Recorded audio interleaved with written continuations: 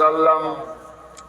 আমার প্রিয় সম্মানিত মুসলমান মা এবং ভাই বোনেরা, দুটি হাত দেওয়ার মালিককে, দুটি পা দেওয়ার মালিককে, দুটি চোখ দেওয়ার মালিককে, দুটি হাত দেওয়ার মালিক আল্লাহ, দুটি চোখ দেওয়ার মালিক আল্লাহ, দুটি পা দেওয়ার মালিক আল্লাহ।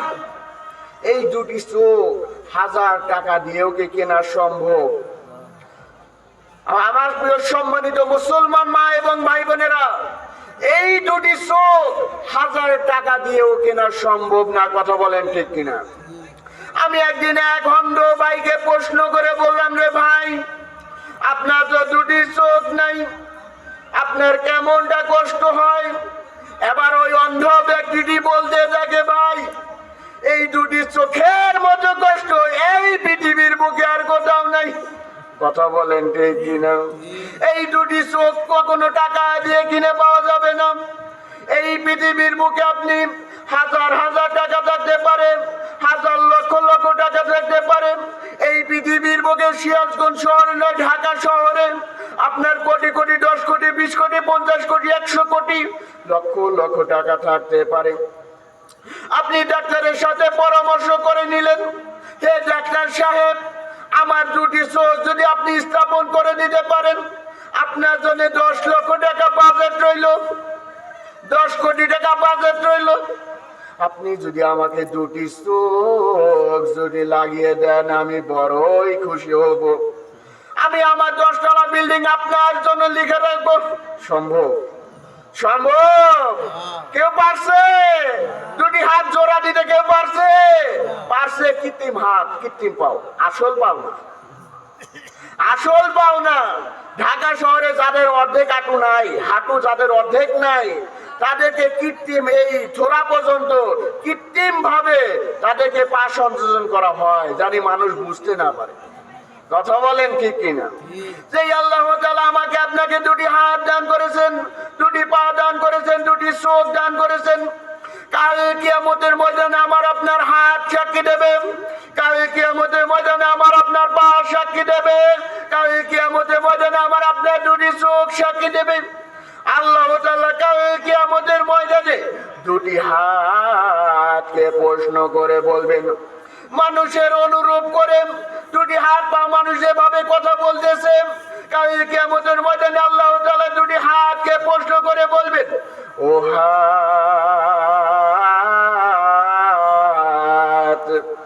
এই হাত দ্বারা তুমি কি পরিমাণ ভালো আমল করেছো?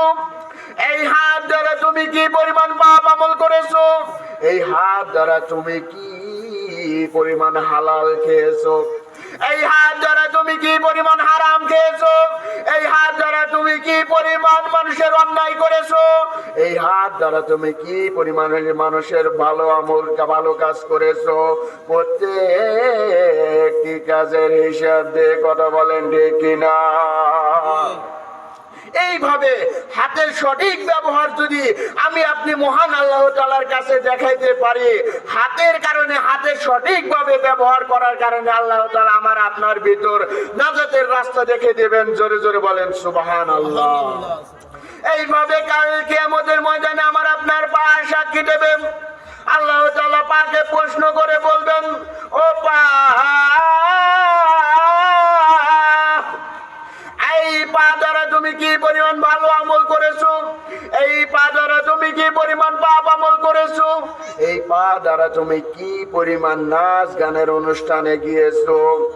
এই পা দ্বারা তুমি কি পরিমাণ টেলিভিশন দেখেছো, হারাম দেখেছো? এই পা দ্বারা তুমি কি পরিমাণ মসজিদে দিকে গমন করেছো?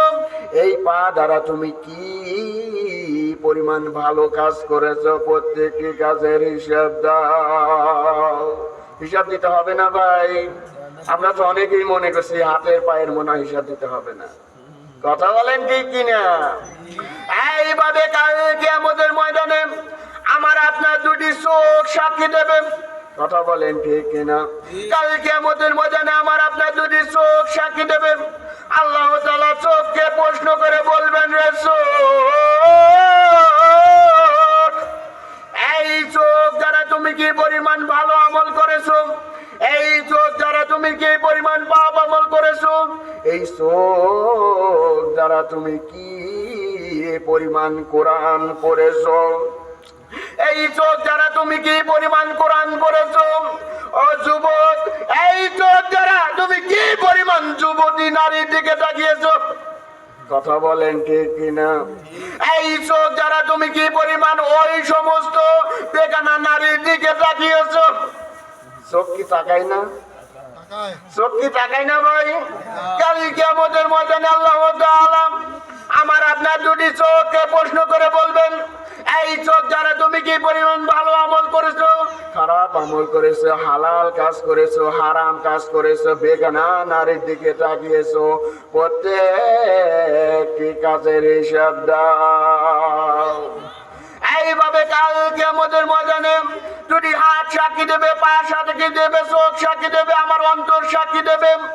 এইভাবে কাল কিয়ামতের ময়দানে কিরামান কাতিবিন ফেরেশতা যখন আমার আপনার হিসাব লিপিবদ্ধ করবেন, কিরামান কাতিবিন ফেরেশতা যখন দেখবেন আমার আপনার নেকের পরিমাণ ভারী হওয়ার কারণে, আমার আপনার ভিতর কোরআন থাকার কারণে, আমার আপনার ভিতর নামাজ থাকার কারণে, আমার আপনার ভিতর নবী সুন্নতের আমল বেশি বেশি থাকার কারণে, কাল কিয়ামতের ময়দানে আল্লাহ তাআলা মিজানের পাল্লাটা যখন মাপ দিবেন, আমার আপনার যদি নেকের পাল্লা ভারী হওয়ার কারণে আল্লাহ তাআলা আমাকে আপনাকে জান্নাত দান করবেন। জোরে জোরে বলেন সুবহানাল্লাহ।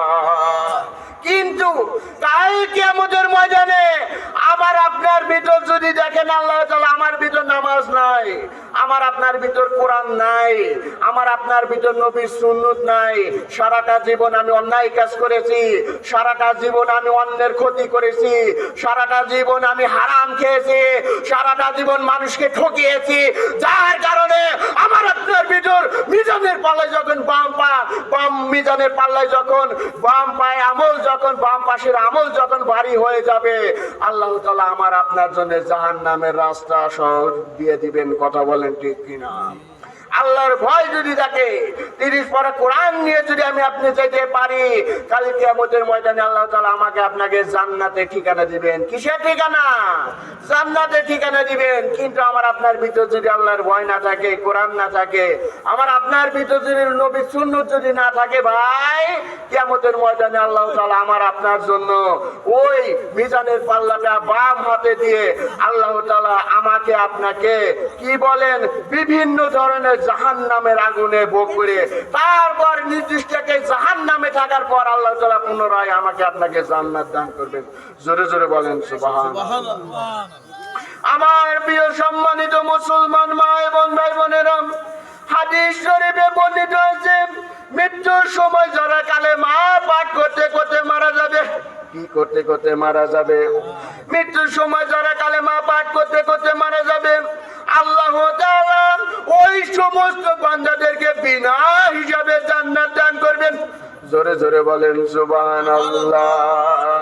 শুধু তাই নয়, মৃত্যুর সময় যারা নামাজ পড়তে পড়তে মারা যাবে, মৃত্যুর সময় যারা কালেমা পড়তে পড়তে মারা যাবে, মৃত্যুর সময় যারা সিজদারত অবস্থায় মারা যাবে, মৃত্যুর সময় যারা কোরআন পড়তে পড়তে মারা যাবে, মৃত্যুর সময় যারা কোরআন পড়তে পড়তে মারা যাবে, আল্লাহ তাআলা শুধু তাই নয়, যারা জুম্মার রাত্রিতে মারা যাবে, যারা রোজা থাকা অবস্থায় মারা যাবে, আল্লাহ তাআলা ওই সমস্ত ব্যক্তিদেরকে জান্নাতের সার্টিফিকেট দিয়ে দিবেন। জোরে জোরে বলেন সুবহানাল্লাহ। আমরা কি চাই না আল্লাহ তাআলা মৃত্যুর সময় জান্নাত দান করুক? মৃত্যুর সময় কি কালেমা নসিব হোক? জুম্মার রাত্রি থেকে মৃত্যু হতে চান না ভাই? আমার প্রিয় সম্মানিত মুসলমান মা এবং ভাই বোনেরা, এইভাবে আল্লাহ তাআলা মানব জাতিকে দুনিয়ার ভিতর পরীক্ষার ভিতর রেখেছেন। কথা বলেন ঠিক কিনা। হাদিস শরীফে বর্ণিত আছে, এক সাহাবীকে যখন এক যুবক ব্যক্তি যখন মারা যাইতেছে, সাহাবীগণ প্রশ্ন করে বললেন, রে যুবক, এবার তুমি যখন মুমূর্ষ অবস্থায় রয়েছে, এবার তুমি কালেমাটা পাঠ করো। কালেমাতুল্লা ইলাহা ইল্লাল্লাহু মুহাম্মাদুর রাসূলুল্লাহ। সবাই জোরে জোরে বলেন সুবহানাল্লাহ। ওই যুবককে যখন প্রশ্ন করে বলা হলো, রে যুবক, এবার তুমি কালেমা পাঠ করো। এবার যুবক ছেলেটি উত্তর দেয়, আমি কালেমা পাঠ করতে পারছি না। এবার বিশ্ব নবী, মায়ের নবী জনাবে মুহাম্মদ রাসূলুল্লাহ সাল্লাল্লাহু আলাইহি ওয়াসাল্লাম, সাহাবাগণ বিশ্ব নবী, মায়ের নবী জনাবে মুহাম্মদ রাসূলুল্লাহ সাল্লাল্লাহু আলাইহি ওয়াসাল্লাম কাছে আরজ করলেন, ইয়া রাসূলুল্লাহ সাল্লাল্লাহু আলাইহি ওয়াসাল্লাম, অমুক গ্রামের অমুক ছেলেকে কালেমা পাঠ করতে বলা হলো। অমুক গ্রামের অমুক ছেলেটিকে যখন কালেমা পাঠ করতে বলা হলো, সে কালেমা পাঠ করতে পারছে না। এবার বিশ্ব নবী, মায়ের নবী জনাবে মুহাম্মদ রাসূলুল্লাহ সাল্লাল্লাহু আলাইহি ওয়াসাল্লাম সাহাবাদেরকে প্রশ্ন করে বললেন, যাও যাও যাও, ওই যুবক ছেলেটিকে ডাক দিয়ে নিয়ে এসো। এবার যুবক ছেলেটিকে যখন বিশ্ব নবী, মায়ের নবীর কাছে হাজির করা হলো, এবার বিশ্ব নবী, মায়ের নবী জনাবে মুহাম্মদ রাসূলুল্লাহ সাল্লাল্লাহু আলাইহি ওয়াসাল্লাম যুবক ছেলেটিকে আবার প্রশ্ন করে বললেন, এবার তুমি কালেমা পাঠ করো। কালেমা তো লা ইলাহা ইল্লাল্লাহু মুহাম্মাদুর রাসূলুল্লাহ, জোরে জোরে বলেন সাল্লাল্লাহু আলাইহি ওয়াসাল্লাম। বিশ্ব নবী, মায়ের নবী যখন যুবককে প্রশ্ন করে বলা হলো, এবার যুবক ছেলেটি উত্তর দেয়, ভাই হুজুর, আমি তো কালেমা পাঠ করতে পারছি না। এবার যুবক ছেলেকে বিশ্ব নবী, মায়ের নবী জনাবে মুহাম্মদ রাসূলুল্লাহ সাল্লাল্লাহু আলাইহি ওয়াসাল্লামের কাছে আরজ করলেন, তুমি কেন কালেমা পাঠ করতে পারছো না? আবার যুবক ছেলেটি উত্তর দেয়, হুজুর, এই দুনিয়ার বুকে আমি আমার মায়ের অবাধ্যতা ছিলাম। কি ছিল? আমার মায়ের অবাধ্যতা ছিলাম। এবার মায়ের অবাধ্যতার কারণে ওই যুবক ছেলেটি কালেমা পাঠ করতে পারছে না। এবার বিশ্ব নবী, মায়ার নবী জনাবে মুহাম্মদ রাসূলুল্লাহ সাল্লাল্লাহু আলাইহি ওয়াসাল্লাম সাহাবাদেরকে প্রশ্ন করে বললেন, সাহাবাগণ, দেখো দুনিয়ার বুকে ছেলেটির মা বেঁচে আছে কিনা। এবার সাহাবাগণ বিশ্ব নবী, মায়ের নবী জনাবে মুহাম্মদ রাসূলুল্লাহ সাল্লাল্লাহু আলাইহি ওয়াসাল্লামের কাছে প্রশ্ন করে বললেন, ইয়া রাসূলুল্লাহ সাল্লাল্লাহু আলাইহি ওয়াসাল্লাম, হুজুর, এই দুনিয়াতে ছেলেটির মা বেঁচে আছে, যাও যাও ছেলেটিকে মাকে ডাক দিয়ে নিয়েছো। এবার বিশ্ব নবী, মায়ের নবী জনাবে মুহাম্মদ রাসূলুল্লাহ সাল্লাল্লাহু আলাইহি ওয়াসাল্লাম এবার যুবক ছেলেটির মাকে প্রশ্ন করে বললেন, এই দেখো, এটা তোমার সন্তান কিনা, এটা তোমার সন্তান কিনা।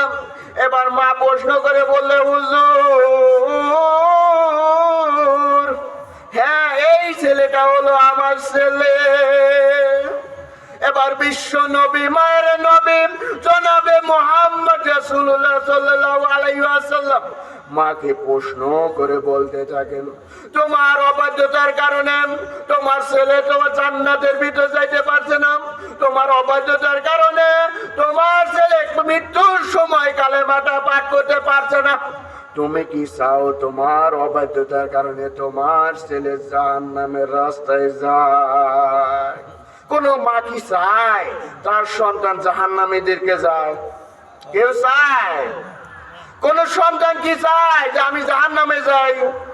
এবার বিশ্ব নবী, মায়ের নবী জনাবে মুহাম্মদ রাসূলুল্লাহ সাল্লাল্লাহু আলাইহি ওয়াসাল্লামের কাছে মাকে প্রশ্ন করার সাথে সাথে মা এবার ওই বিশ্ব নবী, মায়ের নবীর কাছে আরজ করলেন, হুজুর, এবার আমি আমার ছেলেকে মাফ করে দিব। এই কথা বলার পর বিশ্ব নবী, মায়ের নবী জনাবে মুহাম্মদ রাসূলুল্লাহ সাল্লাল্লাহু আলাইহি ওয়াসাল্লাম মাকে প্রশ্ন করে বললেন, তুমি যদি তোমার সন্তানকে জান্নাতে পাইতে চাও, তুমি যদি তোমার সন্তানকে জান্নাতের ভিতর দিতে চাও, তাহলে তুমি যদি তোমার সন্তানকে মৃত্যুর সময় কালেমা নসিব করাতে চাও, তাহলে তুমি তোমার ওই সন্তানের জীবনের সমস্ত গুনাহ খাতা মাফ করে দাও। জোরে জোরে বলেন সুবহানাল্লাহ। মা সন্তানকে মাফ করে দেওয়ার পর সাথে সাথে ওই যুবক ছেলেটি কালেমা পড়তে থাকে, কালেমা তয়্যিবা লা ইলাহা ইল্লাল্লাহু মুহাম্মাদুর রাসূলুল্লাহ, জোরে জোরে বলেন সাল্লাল্লাহু আলাইহি ওয়াসাল্লাম।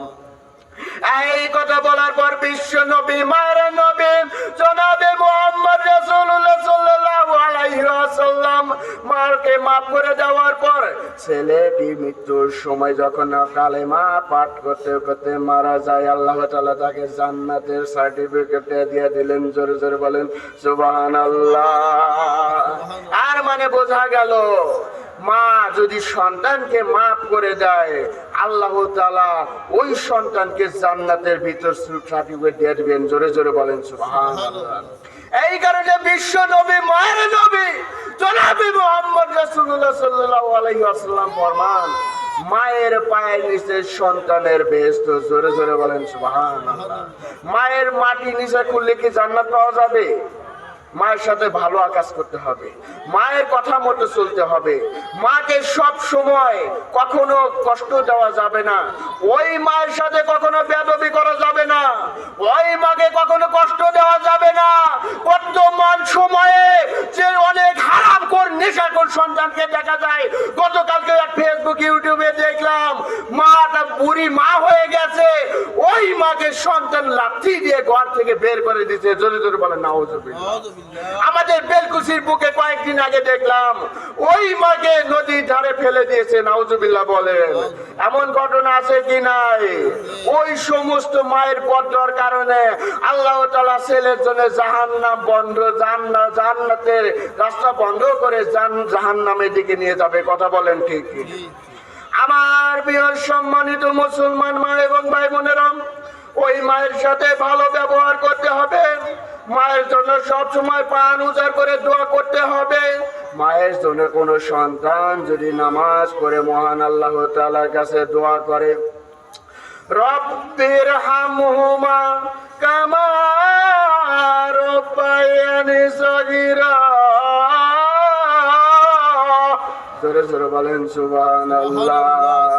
নামাজ পড়ে কিংবা ওই কবরস্থানের সামনে মোনাজাত করে কোন মা যদি মায়ের জন্য, বাবা মায়ের জন্য যদি কোনো সন্তান দোয়া চায়, আল্লাহ তাআলা ওই সন্তানের দোয়া কবুল করে নিয়ে মাকেও জান্নাতে সার্টিফিকেট দিয়ে দিবেন। জোরে জোরে বলেন সুবহানাল্লাহ। আমার প্রিয় সম্মানিত মুসলমান মা এবং ভাই বোনেরা, এই মৃত্যুর ভাই কোনো গ্যারান্টি নেই। কথা বলেন ঠিক কিনা? আল্লাহ তাআলা কোরআন মাজিদে ঘোষণা করে দিলেন, কুল্লু নাফসিন যায়িকাতুল মাউত। জোরে জোরে বলেন সুবহানাল্লাহ। আল্লাহ তাআলা মানব জাতিকে ঘোষণা করিয়ে দিলেন, প্রত্যেক জিন এবং মানব জাতিকে একদিন না একদিন ওই কঠিন মৃত্যুর স্বাদ গ্রহণ করতেই হবে। কথা বলেন ঠিক কিনা? আল্লাহ তাআলা শুধু মানব জাতিকে বলেন নাই, আল্লাহ তাআলা শুধু মানব জাতিকে বলেন নাই, আল্লাহ তাআলা বলেছেন প্রত্যেক জিন এবং প্রাণী মানব জাতির যার জান আছে তাকেই একদিন না একদিন মৃত্যুর স্বাদ গ্রহণ করতেই হবে। কথা বলেন ঠিক কিনা? ওই মৃত্যুর ভাই কোনো গ্যারান্টি নাই রে বাজান। ওই মৃত্যুকে ভাই কেউ গ্যারান্টি দিতে পারে না।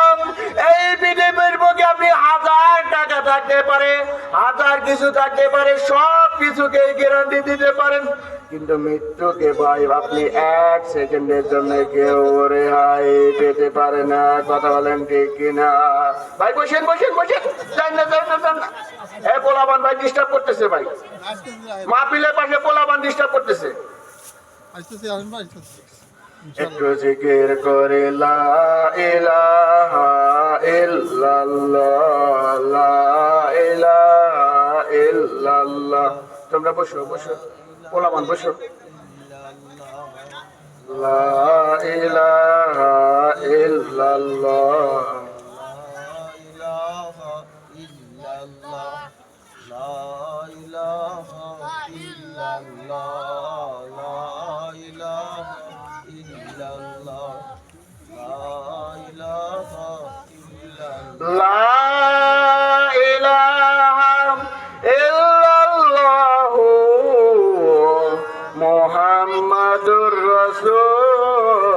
রাসূলুল্লাহ, সবাই জোরে জোরে বলি সাল্লাল্লাহু আলাইহি ওয়াসাল্লাম।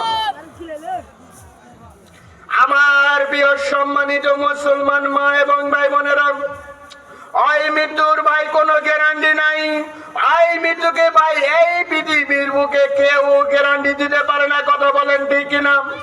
আমার আপনার মৃত্যু যখন আজরাইল আলাইহিস সালাম চলে আসবে, আমার আপনার যখন হায়াত শেষ হয়ে যাবে, আমার আপনার যখন রিজিক শেষ হয়ে যাবে রে বাজান, এই দুনিয়া জগৎ হইতে আমাকে আপনাকে এই দুনিয়া জগৎ হইতে পরকাল কবর জগতের জন্য প্রিপারেশনটা নিতে হবে। কথা বলেন ঠিক কিনা? এই দুনিয়ার বুকে আপনার লক্ষ লক্ষ টাকা থাকতে পারে রে বাজান, এই দুনিয়ার বুকে আপনার লক্ষ কোটি কোটি টাকা থাকতে পারে, কিন্তু আজরাইল আলাইহিস সালাম যখন আমার আপনার ভিতর চলে আসবে, এক সেকেন্ডের জন্য কিন্তু ওই আজরাইল আলাইহিস সালামের সাথে এক সেকেন্ডের জন্যও কিন্তু রেহাই পেতে পাওয়া যাবে না। কথা বলেন ঠিক কিনা? আমার প্রিয় সম্মানিত মুসলমান মা এবং ভাই বোনেরা, আপনারা ঘুষ দিয়ে চাকরি পাইতে পারেন, ঘুষ দিয়ে আপনি বড় বড় নেতা হইতে পারেন, ঘুষ দিয়ে আপনি বড় বড় এমপি হইতে পারেন, ঘুষ দিয়ে আপনি বড় বড় পার্লামেন্টের মালিক হইতে পারেন, ঘুষ দিয়ে আপনি এমবিবিএস বড় বড় ডাক্তার হইতে পারেন, কিন্তু আজরাইল আলাইহিস সালাম কিন্তু এক পয়সাও ঘুষ খায় না। আজরাইল আলাইহিস সালাম ঘুষ খায়? কেউ কি দেখাইতে পারবেন? ও আজরাইল, মৃত্যুর সময় আমি তোমাকে 10 লক্ষ টাকা দেব, মৃত্যুর সময় আমি তোমাকে 10 লক্ষ টাকা দেব, তার বিনিময়ে তুমি যদি আমাকে 5টা বছর এই দুনিয়ার বুকে বেঁচে রাখতা, আমি বড়ই খুশি হয়ে যাইতাম। কথা বলেন ঠিক কিনা? আর মানে বোঝা গেল, টাকা দিয়ে আপনি বড় বড় নেতা হইতে পারেন, টাকা দিয়ে আপনি বড় বড় ডাক্তার হইতে পারেন, টাকা দিয়ে আপনি বড় বড় এমবিবিএস পাস করতে পারেন, চাকরি পাইতে পারেন, নেতা হইতে পারেন। ঘুষ দিয়ে 10 লক্ষ 20 লক্ষ টাকা দিয়ে 1 কোটি টাকা দিয়ে হলেও আজরাইল আলাইহিস সালামের কাছে এক সেকেন্ডের জন্য কখনো রেহাই পেতে পারেন না। কথা বলেন ঠিক কিনা? আজরাইল আলাইহিস সালাম যদি ঘুষ খাইতো, হে আজরাইল, আমি তোমাকে এই মুহূর্তে তোমার কত টাকা লাগবে, বান্ডিল বান্ডিল টাকা দেব, 10 লক্ষ নয়, 20 লক্ষ নয়, আপনি চুক্তি দিয়ে বিল্ডিং কিনতে পারেন, জায়গা পয়সা কিনতে পারেন, চুক্তি দিয়ে আপনি বড় বড় কিছু হইতে পারেন। আজরাইল আলাইহিস সালামের সাথে যদি চুক্তি করেন, এ আজরাইল, আপনি তো মরণটা নিবেনই 5 বছর পরে নেন, 5 বছরের মধ্যে যে আপনাকে 10 লক্ষ টাকা দেবো, 1 কোটি টাকা দেবো, কেউ জানতে পারে না। আজরাইল আলাইহিস সালাম মানবে? আজরাইল আলাইহিস সালাম মানবে? এই কারণে ভাই মৃত্যুর জন্য সর্ব অবস্থায় প্রিপারেশনটা নিতে হবে। কথা বলেন ঠিক কিনা? এই দুনিয়ার বুকে আসার ভাই সিরিয়াল আছে, যাবার কোন সিরিয়াল নেই। দাদার আগে বাবা চইলা যাইতেছে রে বাজার, দাদার আগে বাপ চইলা যাইতেছে। কথা বলেন ঠিক কিনা? এই দুনিয়ার বুকে প্রথমে দাদা আসে, তারপর বাবা আসে, তারপর সন্তান আসে। কথা বলেন ঠিক কিনা? কিন্তু যাওয়ার সময় এমনও মুসলমান আছে, দাদা পয়সা আছে, বাপের খবর নাই। কথা বলেন ঠিক কিনা? আছে না ভাই? বাপ পয়সা আছে, সন্তান পয়সা নাই। এই কারণে মৃত্যুর জন্য সর্ব অবস্থায় প্রিপারেশনটা নিতে হবে। এই মৃত্যুর জন্য যদি আমি আপনি প্রিপারেশনটা নিতে পারি, মৃত্যুটা আমার আপনার জন্য সহজ হয়ে যাবে। আর আমি আপনি যদি মৃত্যুর জন্য প্রিপারেশনটা না নেই, আমার আপনার ভিতর যদি মৃত্যুর প্রিপারেশনটা না থাকে রে বাজান, মৃত্যুর সময় বিভিন্ন আযাব গজবের ফেরেশতা এসে আমার আপনার রূহটা নিয়ে যাবে। কথা বলেন ঠিক কিনা? হাদিস শরীফে বর্ণিত আছে, মানব জাতির প্রথম ঘাঁটি হচ্ছে কবর। কি? মানব জাতির প্রথম ঘাঁটিটা হচ্ছে কবর। এই কবরটা আল্লাহ তাআলা যার জন্য সহজ করিয়া দিবেন, আল্লাহ তাআলা তার বাকি ঘাঁটিগুলোকে অত্যন্ত সহজ করে দিবেন। জোরে জোরে বলেন সুবহানাল্লাহ। এই কবর জগৎটা আল্লাহ তাআলা যার জন্য সহজ করে দিবেন, এই কবর জগৎটা আল্লাহ তাআলা যার জন্য সহজ করে দিবেন, আল্লাহ তাআলা তার বাকি ঘাঁটিগুলোকে সহজ করে দিবেন। জোরে জোরে বলেন সুবহানাল্লাহ। কিন্তু এই কবর জগতেই যদি আমি আপনি আটকে যাই ভাই, এই কবর জগতেই যদি আমি কিন্তু ভাই আমার আপনার বাকি ঘাটিগুলো অত্যন্ত কষ্টকর হয়ে যায়। কথা বলেন ঠিক কিনা? একটা এক্সাম্পল দেই ভাই, এই যুবক একটা এক্সাম্পল দেই ভাই। আমরা যারা চাকরি পরীক্ষা দেই, আমরা যারা বিসিএস পাস করেছি, আমরা যারা এমবিবিএস মাস্টার্স কমপ্লিট করেছি, মাস্টার্স লেখাপড়া কমপ্লিট করেছি, আমরা যারা চাকরি পরীক্ষা দেই, চাকরি পরীক্ষায় সর্বপ্রথম কি বলেন 30টা 50 200 মার্কের ভিতর নৈর্ব্যক্তিক পরীক্ষা দেওয়া লাগে। কথা বলেন ঠিক কিনা? 200 মার্কের ভিতর নৈর্ব্যক্তিক পরীক্ষা দেওয়া লাগে। তারপর 200 মার্কের ভিতর নৈর্ব্যক্তিক পরীক্ষায় যদি আমি আপনি পাস করি, তারপর পিলি দেওয়া লাগে, তারপর ভাইবা দেওয়া লাগে, তারপর সরাসরি সাক্ষাতের মাধ্যমে, তারপর চূড়ান্ত পর্যায়ে একজন বিসিএস নির্বাচিত হয়। কথা বলেন ঠিক কিনা? কিন্তু ভাই আমি আপনি যদি ওই বিসিএস পরীক্ষায় প্রথম নৈর্ব্যক্তিক পরীক্ষায় যদি আমি আপনি ফেল করি, তাহলে কি আমার আপনার বাকি পরীক্ষা দেওয়া লাগে? আমার আপনার বাকি পরীক্ষা দেওয়া লাগে? দেওয়া লাগে না। এই কারণে ভাই মানব জাতির প্রথম ঘাটিটা হচ্ছে কবর। এই কবরটা আল্লাহ তাআলা যার জন্য সহজ করিয়া দিবেন, আল্লাহ তাআলা তার বাকি ঘাটগুলোকে সহজ করে দিবেন। এই কারণে ভাই কবর জগতের জন্য আমাদের অলওয়েজ প্রিপারেশনটা নিতে হবে। কবর জগতের প্রিপারেশনটা যদি আমি আপনি নিয়ে যেতে পারি, অথচ বর্তমান সমাজে মানব জাতিকে দেখা যায় মানুষ প্রিপারেশন নেয় বিঘা বিঘা সম্পত্তি কেনা। কথা বলেন ঠিক কিনা? বর্তমান সময়ে মানুষ চিন্তা করে কয়তলা 10 তলা বিল্ডিং বানানো যায়। মানব জাতি চিন্তা করে কিভাবে 1 বিঘা সম্পত্তি কিনা যায়, কিভাবে ওই ব্যাংক ব্যালেন্সের ভিতর লক্ষ লক্ষ টাকা জমানো যায়। কথা বলেন ঠিক কিনা? অথচ আজ পর্যন্ত কোন মুসলমান ভাইদেরকে দেখা যায় না মসজিদের সাথে সম্পর্ক রাখতে, কোরআনের সাথে সম্পর্ক রাখতে, নামাজের সাথে সম্পর্ক রাখতে। কথা বলেন ঠিক কিনা? এই কারণে ভাই আমি সমস্ত যুবক ভাইদেরকে প্রশ্ন করে বলতে চাই, রে যুবক, সমস্ত যুবক ভাইদেরকে প্রশ্ন করে বলতে চাই, আজ থেকে তোমরা নামাজ মুখী হয়ে যাও রে যুবক। হাতে পায়ে ধরে বলি, নামাজের জন্য প্রিপারেশনটা নিয়ে নাও রে যুবক। যুবক তুমি যদি নামাজের জন্য প্রিপারেশনটা নাও, আল্লাহ তাআলা তোমাকে নামাজের সাথে হাসর নাসর করাইবেন। জোরে জোরে বলেন সুবহানাল্লাহ। হাদিস শরীফে বর্ণিত আছে, যুবক যদি বুঝতো যুবক বয়সে নামাজ পড়ার কি মূল্য, যুবক কখনো নামাজ ছাড়তো না।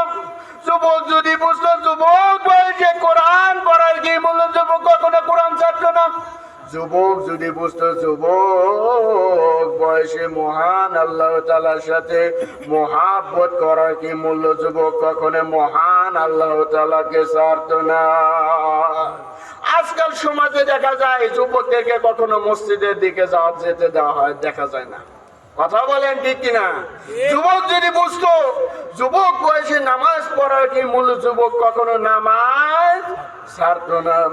আমি একদিন এক যুবককে প্রশ্ন করে বলছিলাম, রে যুবক, এখন তো আসরের আযান হয়ে গেছে, চলো যুবক আমরা মহান আল্লাহ তাআলার উদ্দেশ্যে চলো আমরা মসজিদের দিকে গমন করি। এবার যুবক ছেলেটি উত্তর দেয়, রে ভাই আমার প্যান্টটা খারাপ হয়ে গেছে। নাউজুবিল্লাহ বলেন। আমার লুঙ্গিটা খারাপ হয়ে গেছে। ভাই আপনি আমাকে নামাজের দাওয়াতটা দিলেন, আলহামদুলিল্লাহ। আমার প্যান্ট সব শরীরটা নাপাক হয়ে গেছে, কিভাবে নামাজ পড়বো? কথা বলেন ঠিক কিনা? এইভাবে আরেকদিন আমি এক যুবককে প্রশ্ন করে বললাম, রে যুবক চলো আমরা দুজন মিলে নামাজটা পড়তে যাই। এবার যুবক ছেলেটি উত্তর দেয়, আমি তো বুড়াই হই নাই, এখনই নামাজ পড়বো। এমনও যুবক আছে কি নাই? আমি তো বুড়াই হই নাই, এখনই নামাজ পড়বো। এবার যুবক ছেলেটিকে প্রশ্ন করে বললাম, রে যুবক এই মুহূর্তে যদি আজরাইল আলাইহিস সালাম তোমার মাঝে হাজির হয়ে যায়, এই মুহূর্তে মৃত্যুটা যদি তোমার মাঝে হাজির হয়ে যায়, এই মুহূর্তে মুহূর্তে তোমার মাঝে যদি মহান আল্লাহ তাআলার দেওয়া মৃত্যুটা যদি তোমার মাঝে এসে যায়, তুমি কি মহান আল্লাহ তাআলার কাছে জবাব দিবা আমার তো লুঙ্গিটা খারাপ হয়ে গেছে, নামাজ পড়ার সময় পাই না? এই কারণে ভাই এই গ্রাম হইতে কত যুবক কবর জগতে চলে যাইতেছে, কথা বলেন ঠিক কিনা? সে কি জানতো আমি এই মুহূর্তে মারা যাব? অথচ ওই যুবক যদি 5 ওয়াক্ত নামাজ যদি নিয়ে যাইতো, যুবক যদি কোরআনটা নিয়ে যাইতো, ওই যুবক যদি মহান আল্লাহ তাআলার ভয়টা নিয়ে যাইতো, আশা করা যাইতো ওই যুবক মহান আল্লাহ তাআলার জান্নাতের জন্য অন্তত একটু হলেও তার জন্য প্রিপারেশনটা নিয়ে পারতো। কথা বলেন ঠিক কিনা? কিন্তু যুবক আজকাল যুবক দেখে কখনো মসজিদের দিকে নিয়ে যেতে দেখা যায় না, শুধু দেখি মুরব্বী আর মুরব্বী, মুরব্বী আর মুরব্বী। এই কারণে ভাই আমি সকল যুবক ভাইদেরকে উদ্দেশ্য করে বলবো, রে যুবক নামাজ মুখে হয়ে যাও। আজরাইল আলাইহিস সালাম আসতে 1 সেকেন্ডও দেরি করবে না। কথা বলেন ঠিক কিনা? নাকি আজরাইল আলাইহিস সালামকে ঢাকা থেকে ভাড়া করে আনা লাগবে? আজরাইল আলাইহিস সালামকে কি সিরাজগঞ্জ থেকে ভাড়া করে আনা লাগবে? এই কারণে ভাই তোমার জন্য সব সময় আজরাইল আলাইহিস সালাম তার পান্তে আছে। এইভাবে যুবক যখন মসজিদের মাইকের নামাজের জন্য উদ্দেশ্য হয়ে যায়, এইভাবে মসজিদের মাইকে যখন ওই মুয়াজ্জিন সাহেব যখন আযান দিয়ে দেন, আল্লাহু আকবার, আল্লাহু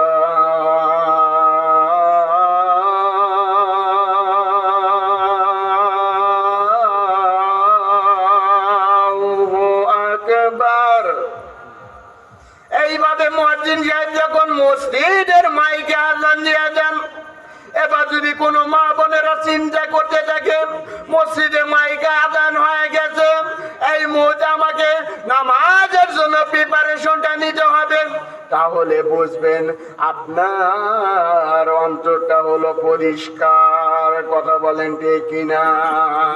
কিন্তু মুয়াজ্জিন সাহেব যখন মসজিদের মাইকে আযান দিয়ে দেন, ওই মুহূর্তে যদি চিন্তা করেন দূর কিসের নামাজ, কিসের নামাজ পড়তে হবে, তখন আপনার বুঝতে হবে আপনার ঈমানটা হলো দুর্বল। কথা বলেন ঠিক কিনা? ওই দুর্বল ঈমানে কখনো আল্লাহর জান্নাত পাওয়া যাবে না। কথা বলেন ঠিক কিনা? দুর্বল ঈমান নিয়ে কখনো জান্নাত পাওয়া যাবে। এই কারণে জান্নাত পাইতে হলে কি করতে হবে? মহান আল্লাহ তাআলা দেওয়া 30টা পারা কোরআন মহান আল্লাহ তাআলা আমাকে আপনাকে অনুসরণ করতে হবে। 5 ওয়াক্ত নামাজ জামাতের সাথে পড়তে হবে, মহান আল্লাহ তাআলা দেওয়া অনুসরণ করতে হবে। নাকি বেশি বেশি ঘুষ খাইলে নামাজ জান্নাত পাওয়া যাবে? বেশি বেশি ঘুষ খাইলে জান্নাত পাওয়া যাবে? বেশি বেশি সুদ খাইলে জান্নাত পাওয়া যাবে? বেশি বেশি হারাম খাইলে জান্নাত পাওয়া যাবে? বেশি বেশি মানুষের ক্ষতি করলে জান্নাত পাওয়া যাবে? এই কারণে ভাই আমি আপনাদের সবাইকে দাওয়াত দিয়ে গেলাম, কিভাবে বুঝবেন আপনার ঈমানটা দুর্বল? এই মুহূর্তে যদি চিন্তা করেন মসজিদের মাইকে যখন মুয়াজ্জিন সাহেব আযান দিয়ে দেন, যদি নামাজের প্রিপারেশনটা নেন, তাহলে বুঝবেন আপনার ঈমানটা তাজা। তাজা ঈমান নিয়ে মহান আল্লাহ তাআলা আমাকে আপনাকে জান্নাত দান করবেন। দুর্বল ঈমান নিয়ে কখনো মহান আল্লাহ তাআলার দেওয়া জান্নাত পাওয়া যাবে না। আমার প্রিয় সম্মানিত মুসলমান মা এবং ভাই বোনেরা, কিভাবে বুঝবেন দুর্বল ঈমান দিয়ে কখনো জান্নাত পাওয়া যাবে না? আমরা যারা বিভিন্ন ধরনের ঘর বাড়ি বানাই, ধরেন একটা গাড়ি বানাইছে, একটা ভ্যান গাড়ি বানাইছেন, আপনি ভ্যান গাড়ি বানানোর জন্য বিভিন্ন ধরনের যন্ত্র ব্যবহার করা লাগে, কাঠ লাগে, লোহা লাগে, লোহা বাছাই করার জন্য বিভিন্ন ধরনের মেশিন লাগে। কথা বলেন ঠিক কিনা? মেশিন ছাড়া কিন্তু কাঠ কাটা যায় না। কথা বলেন ঠিক কিনা? মেশিন ছাড়া কাঠ কাটা যায়।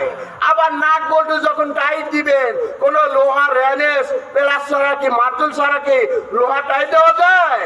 আগুন ছাড়া কি লোহা পাকা করা যায়? তেমনি ভাবে আপনি যদি ওই গাড়িটা যদি নাট বল্টু যদি হাত দিয়ে টাইট দেন, তাহলে কি কিভাবে চালানো যাবে? আর যদি ওই গাড়িটা যদি আপনি প্লাস রেনেস বল্টু মার্চু দিয়ে যদি আপনি যদি টাইট দিয়ে চালান, কোনটা ভালো চলবে? কোনটা দিয়ে ভালো চলবে? নিশ্চয় অবশ্যই প্লাস রেনেস ব্যবহারকারী জিনিস দিয়েই কিন্তু ভালো চলবে। কথা বলেন ঠিক কিনা? হাত দিয়ে নাক টাই দিয়ে কি কখনো ওই গাড়ি চলবে? কত কিলো যাবে? 1 মিনিট। কিন্তু আপনি যদি প্লাস ড্যানেজ ব্যবহার করেন, ওই যত টাইট দিবেন তত গাড়িটা অত শক্তিশালী হবে। কথা বলেন ঠিক কিনা? এর মানে বোঝা গেল মহান আল্লাহ তাআলার জান্নাত পাইতে হলে সর্বপ্রথম আমার আপনার ঈমানটা তাজা করা দরকার। কথা বলেন ঠিক কিনা? মহান আল্লাহ তাআলার জান্নাত কেন যদি পাইতে চাই, আমার আপনার অন্তরটা তাজা করা দরকার, আমার আপনার অন্তরটা খাঁটি ঈমান করা দরকার, আমার আপনার ঈমানটা অত্যন্ত বিশুদ্ধ ঈমান দরকার। কথা বলেন ঠিক কিনা? কিন্তু যে ঈমানের ভিতর সুদ থাকে, যে ঈমানের ভিতর ঘুষ থাকে, যে ঈমানের ভিতর মহান হারাম থাকে, যে ঈমানের ভিতর মানুষের ক্ষতি থাকে, ওই ঈমান দিয়ে কখনো আল্লাহর জান্নাত দেওয়া কখনো সম্ভব নয়। কথা বলেন ঠিক কিনা? এই কারণে রে বাজার সকল মা ভাই বোনদেরকে বলতে চাই, বেশি বেশি কোরআনকে অনুসরণ করেন, কোরআনকে মহব্বত করেন, নামাজকে মহব্বত করেন। আল্লাহ তাআলা যদি আমার আপনার ভিতর মসজিদের ভিতর মৃত্যুটাও রাখতে পারতেন, পারতেন কি পারতেন না? মসজিদে যারা মারা যায় তাদের মৃত্যুটা হলো ঈমানী মৃত্যু। কথা বলেন ঠিক কিনা? মসজিদে যারা মারা যায়, নামাজ পড়তে পড়তে যারা মারা যায়, কালেমা পড়তে পড়তে যারা মারা যায়, মহান আল্লাহ তাআলার রাস্তায় যারা মারা যায়, রোজা দিনে যারা মারা যায়, জুম্মার দিনে যারা আল্লাহ তাআলার রাস্তায় মারা যায়, আল্লাহ তাআলা ওই সমস্ত মৃত্যুকে আশা করা যায় আল্লাহ তাআলা জান্নাতি মৃত্যু হিসাবে দান করেছেন। জোরে জোরে বলেন সুবহানাল্লাহ। আর যদি এমনও মৃত্যু দেখেন মদ খেয়ে মারা গেছে, কথা বলেন ঠিক কিনা? এমনও মৃত্যু নাই ভাই গাঁজা খায় মারা গেছে, এমনও মৃত্যু নাই ভাই কোপাকুপি করে মারা গেছে, এমনও মৃত্যু নাই ভাই বন্ধুর হাতে বন্ধু খুন। আজ কয়েকদিন আগে আমি এক নিউজে দেখলাম, আমার পাশের গ্রামে কোনাবাড়ি গ্রাম, ওই গ্রামে একটা ছেলেকে 1000 গাঁজাখোর ছেলেরা, 2টি গাঁজাখোর ছেলে মাত্র 1000 টাকার জন্য তাকে হত্যা করা হয়েছে। কথা বলেন ঠিক কিনা? এক ছেলেকে মাত্র 1000 টাকার জন্য ওই ছেলেটাকে গাঁজাখোররা হত্যা করে ফেলেছে। আবার আমি আর কয়েকদিন আগেও দেখলাম আমার এই যে দেলোয়াকান্দি গ্রামে এক ভাইকে, নাম হলো মিজান, মিজান ভাইকে ওই সন্ত্রাসীরা হত্যা করে মেরে ফেলেছে। কথা বলেন ঠিক কিনা? তাকে যখন ঢাকায় হাসপাতালে নিয়ে যাওয়া হয়, ওই ভাইকে দেখলাম কি অবস্থা। এর মানে বোঝা গেল ওই ভাইকে চাইছিল আমার এখন মৃত্যু হবে, নিশ্চয় চাইছিল আমি আরো বড় হমু, বুড়া হমু, আমার পোলাপান হবে, ছেলে পেলে হবে, তারপর আল্লাহ তাআলা যেন আমাকে আপনাকে নিয়ে যায়। তার নিয়ত ছিল না ভাই।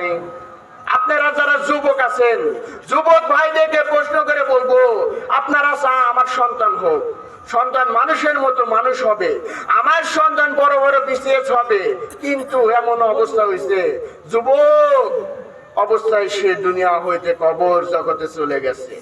এমনও যুবক আছে কি নাই? এই কারণে ভাই দুর্বল ঈমান নিয়ে কখনো মহান আল্লাহ তাআলার জান্নাত পাওয়া যাবে না। কথা বলেন ঠিক কিনা? কিসের বড়াই দেখাও রে যুবক, কিসের অহংকার দেখাও, কিসের এত অহংকার দেখাও, কিসের এত বাহাদুরি, কিসের বাহাদুরি দেখাও? দূর চোখটা বন্ধ হলেই তুমি শেষ। কথা বলেন ঠিক কিনা? দূর চোখটা বন্ধ হলে তুমি শেষ। বাহাদুরি বাদ দাও, কোটিপতি বাদ দাও, চিন্তা করো কিভাবে মসজিদের সাথে সম্পর্ক করা যায়। অথচ আজকাল যুবকদেরকে দেখা যায় মেয়ের নেশা। কথা বলেন ঠিক কিনা? আছে না ভাই? আছে না ভাই? অবৈধ প্রেম, অবৈধ রিলেশন কখনো মানব জাতিকে ভালো কিছু দিতে পারে না। কথা বলেন ঠিক কিনা? আজকাল যুবকদেরকে দেখা যায় রিলেশনের মাধ্যমে বিয়ে করে, ওই হারাম রিলেশনের কারণে বিয়েটাও টেকে না। কথা বলেন ঠিক কিনা? এর মানে বোঝা গেল হারামের ভিতর কোনো আরাম নাই। কথা বলেন ঠিক কিনা? হারামের ভিতর কোনো আরাম। আপনারা অনেকে চিন্তা করে, অনেকে চিন্তাকারী আছে, অনেক চিন্তাকারী চিন্তা করে, ইস আমি অমুকের কাছ থেকে 10 লক্ষ টাকা নিয়েছিলাম, অমুকের কাছ থেকে 10 লক্ষ টাকা নিয়েছিলাম। বর্তমান সমাজে দেখেন আমি ভুল বলছি না মিথ্যা বলছি? অনেকেই চিন্তা করে। কয়েকদিন আগে উল্লাপাড়ায় দেখলাম ফেসবুকে এক ভাইয়ের 17 লক্ষ টাকা তার চিন্তায় হয়েছে। এখন ওই চিন্তাকারী যখন বাড়িতে নিয়ে যায় তখন চিন্তা করে আমি তো বড়ই ভাগ্যবান হয়ে গেছি। কথা বলেন ঠিক কিনা? 2 দিন পর তার নামে মামলা হইল। সিসি ক্যামেরা দেখা ফুটেজ দেখে তার নাম অমুক, তার গ্রাম অমুক, উল্লাপাড়া পুণ্যবাটি অমুক গ্রামে। ওই ছিনতাইকারীকে যখন আশেপাশের একটা লোক যখন তাকে প্রশ্ন করে বলা হলো ছিনতাইকারীর সাথে ওই লোকের পরিচয় আছে। এ ভাই কি বলেন, এ মফিজ তুই কই? তোর তো পুলিশ তো তোর ধরবে নিয়ে গেছে। আসেন নাই ভাই, পুলিশ তোকে ধরতে আসছে। এখন মফিজ ছেলেটা টেনশনে পড়ে যায়। 2 দিন আগেও সে কোটিপতি ছিল। কি ছিল? 2 দিন আগেও সে কোটিপতি ছিল। এবার মফিজ ছেলেটা টেনশনে পড়ে যায়। মফিজ ছেলেটা টেনশনে পড়ে যায়। এবার লোভী ছেলেটা চিন্তা করতে থাকে, আজ আমার অত্যন্ত দুঃখের দিন। টাকাটা কি হালাল ছিল না হারাম ছিল? টাকাটা হালাল ছিল না হারাম ছিল? আর মানে বোঝা গেল হারামের ভিতর কোনো আরাম, হারামের ভিতর কোনো লাভ। সব লাভ কিসের ভিতর? হালালের ভিতর। সব লাভ কিসের ভিতর? হালালের ভিতর। বর্তমান সময়ে যেই অবস্থা পরিপ্রেক্ষিতে ঘটছে, হারাম ছাড়া তো মানুষই নাই। কথা বলেন ঠিক কিনা? অথচ হালালের ভিতর আরাম আছে, হারামের ভিতর কোনো আরাম। এই কারণে আমাদেরকে হালাল উপার্জন করতে হবে, হালাল ভক্ষণ করতে হবে। আমার আপনার রিজিকটা হালাল হইতে হবে, আমার আপনার কাপড় চোপড় হালাল হইতে হবে। সর্বোপরি আমার আপনার ঈমানটা বিশুদ্ধ করতে হবে। বিশুদ্ধ ঈমান নিয়ে তবে আশা করা যায় আল্লাহ তাআলা আমাকে আপনাকে সুস্থ রাখবেন, টেনশন মুক্ত রাখবেন। বলতেছিলাম হারাম প্রেম নিয়ে কখনো মহান আল্লাহ তাআলা হারাম প্রেমের ভিতর আরাম নাই। গত কয়েকদিন আগে ফেসবুকে দেখলাম বরিশালে এক মেয়ের সাথে ঢাকার এক ছেলের সাথে প্রেম। প্রথমে কি করছে, মেসেঞ্জারে হাই দিছে। ওই ছেলেটা আবার পাগল হয়ে গেছে। হাই, তুমি কেমন আছো? আমিও ভালো আছি। এবার তোমার গ্রামের নাম কি? আস্তে আস্তে কথা বলতে এমন পর্যায়ে এসেছে এখন তাকে আই লাভ ইউ বলা শুরু করেছে। আচ্ছা বলেন তো, অবৈধ মেয়ের সাথে কথা বলা জায়েজ না না জায়েজ? মেসেঞ্জারে ফেসবুকে কথা বলা, অন্য কি পর নারীর সাথে কথা বলা জায়েজ না না জায়েজ? না জায়েজ। এবার ওই ছেলেটাও পাগল হয়ে গেছে, মেয়েটাও পাগল হয়ে গেছে। বাস্তব ঘটনা। এবার ছেলেটা পাগল হয়ে বরিশালে প্রায় 480 কিলোমিটার দূরে ওই মেয়ের কাছে গেছে, মেয়ের সাথে দেখা করছে। দেখা করে কয়েকদিনের মধ্যে বিয়ে করেছে। আচ্ছা বলেন তো, ওই বিয়েটা করছে ভালো কথা, বিয়েটার ভিতর কি আরাম থাকবে? বিয়েটার ভিতর আরাম থাকবে? হারামের ভিতর আরাম আছে। প্রেমের বিয়ে কখনো টেকে? প্রেমের বিয়ে কখনো টেকে? এবার ওই যুবক ছেলেটিকে যখন মেয়েরা বিয়ার প্রস্তাব দিছে, বিয়ে করছে। বিয়ে করার কয়েকদিন যেতে না যেতেই এবার এমন পরিবেশটা তৈরি হয়েছে, ওই ছেলেটা মেয়েকে হত্যা করে বিভিন্ন আস্তে আস্তে মেয়ের সাথে ছেলের সাথে দ্বন্দ্ব, মেয়ের সাথে কি ছেলের সাথে মারামারি, হানাহানি, কাটাকাটি। অবশেষে ছেলেটা ওই মেয়েকে ডিভোর্স দিয়ে কিংবা হত্যা করে ছেলেটা পালিয়ে গেছে। এর মানে বোঝা গেল হারামের ভিতর কোনো আরাম। এই কারণে ভাই আমি আপনাদের সবাইকে আরজ করব, আপনারা মহান আল্লাহ তাআলার জন্য নামাজ পড়েন, হারাম প্রেম বাদ দিয়ে দেন। প্রেম যদি করতে হয় কার সাথে করব? প্রেম যদি করতে হয় কোরআনের সাথেই প্রেম করব। বন্ধু যদি বানাইতে হয় এই কোরআনকেই বন্ধু বানানো লাগবে। কথা বলেন ঠিক কিনা? এই কোরআনের বন্ধুই হলো আমার আপনার আসল বন্ধু। কথা বলেন ঠিক কিনা?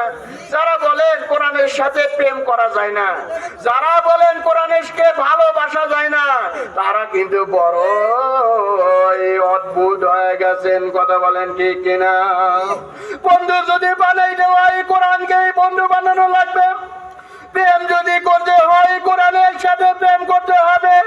মহান আল্লাহ তাআলা দেওয়া মহব্বত যদি করতে হয় কোরআনের সাথে মহব্বত করতে হবে। এই কোরআনের বন্ধু হলো আমার আপনার আসল বন্ধু। জোরে জোরে বলেন সুবহানাল্লাহ।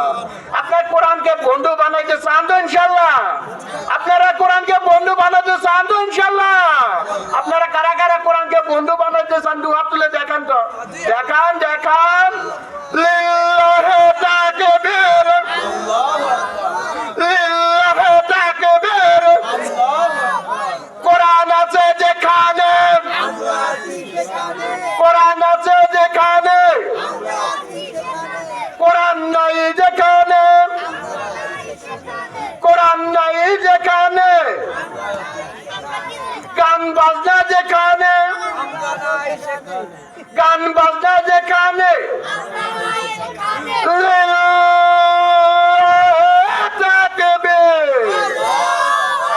একটু জিকির করে লা ইলাহা ইল্লাল্লাহ, লা ইলাহা ইল্লাল্লাহ।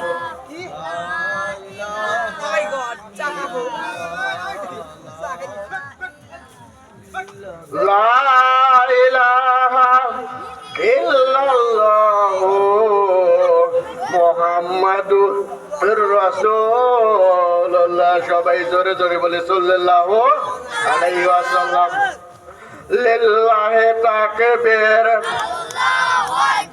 লিল্লাহি তাকবীর। সভাপতি সাহেবের আগমন,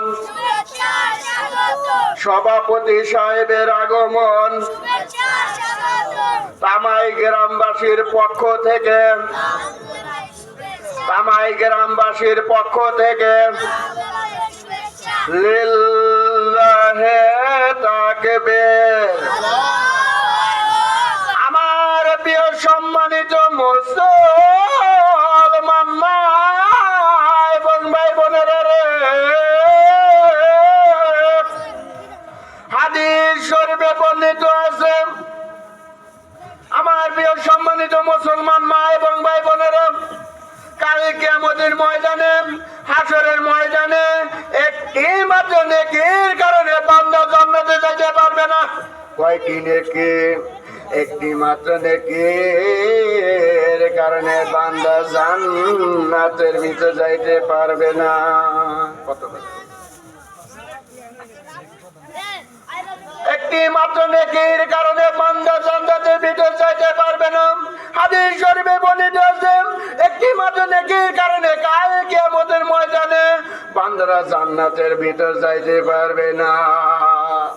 কাল কিয়ামতের ময়দানে প্রত্যেক মানব জাতি ইয়া রাব্বি নাফসি নাফসি বলতে থাকবে।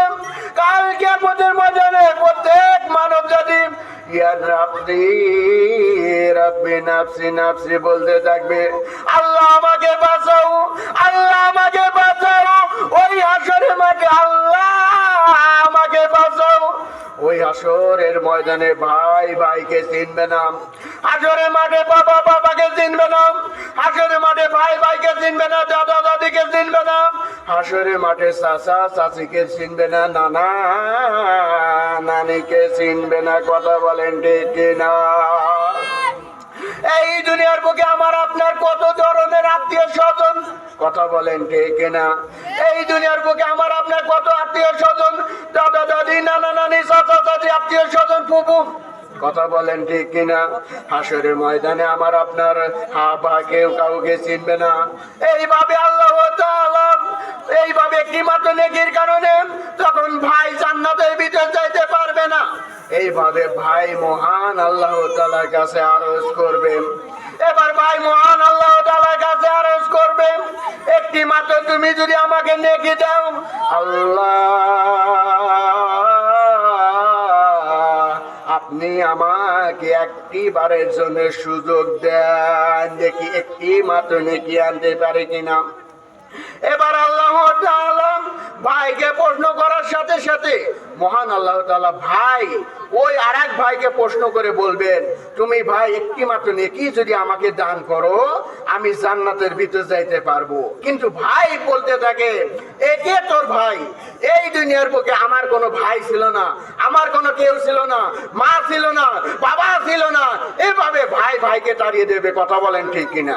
এইভাবে আল্লাহ তাআলা বাবাকে প্রশ্ন করে বলবেন, বাবা তুমি একটি মাত্র নেকির কারণে জান্নাতের ভিতর যাইতে পারছো না।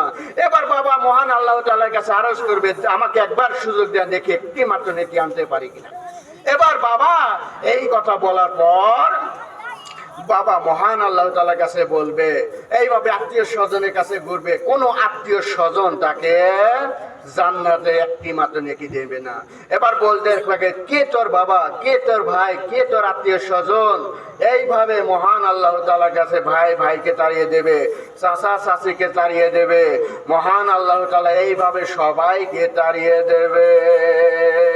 এর মানে বোঝা গেল হাসরের ময়দানে ভাই ভাইকে চিনবে না। এই ভাই, এই হাসরের ময়দানে ভাই ভাইকে চিনবে না, চাচা চাচিকে চিনবে না, নানা নানিরকে চিনবে না, কথা বলেন ঠিক কিনা?